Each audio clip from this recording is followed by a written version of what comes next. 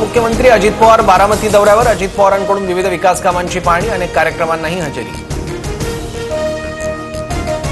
पुण्यातील ईश्वरी भिसे मृत्यू प्रकरणी चौकशी अहवालानुसार कारवाई होणार. दोन्ही मुलींचा उपचारांचा खर्च मुख्यमंत्री सहाय्यता निधीतून करू.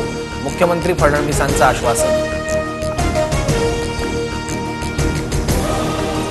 बुलढाण्यात अपघातग्रस्त कारमध्ये 70 लाखांची रोकड. पोलिसांकडून रक्कम जप्त. संशयित कार चालकांची चौकशी सुरू.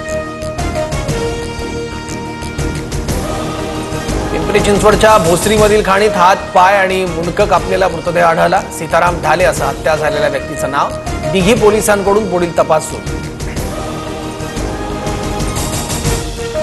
नागपुरातील मोरभवन आणि गणेशपेठमध्ये पंचतारांकित स्थानक साकारणार. 6 ठिकाणी व्यापारी संकुल होणार. चंद्रशेखर बावनकुळेंकडून विविध विकास कामांचा आढावा. पंतप्रधान मोदी आज तामिळनाडूच्या रामेश्वरममधील नव्या पंबन ब्रिजचं उद्घाटन करणार. नव्या ब्रिजमध्ये पूल व्हर्टिकल पद्धतीनं उघडला जाणार.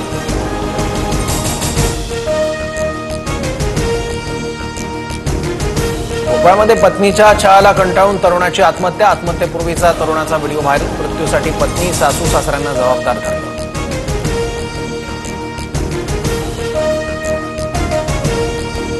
छत्रपती संभाजीनगरमध्ये कुख्यात गुन्हेगाराचा रिक्षा चालकावर हल्ला. कारची रिक्षाला धडक. रिक्षा चालकानं जाब विचारला असता कारमधील गुन्हेगारांकडून हल्ल्याचा प्रयत्न.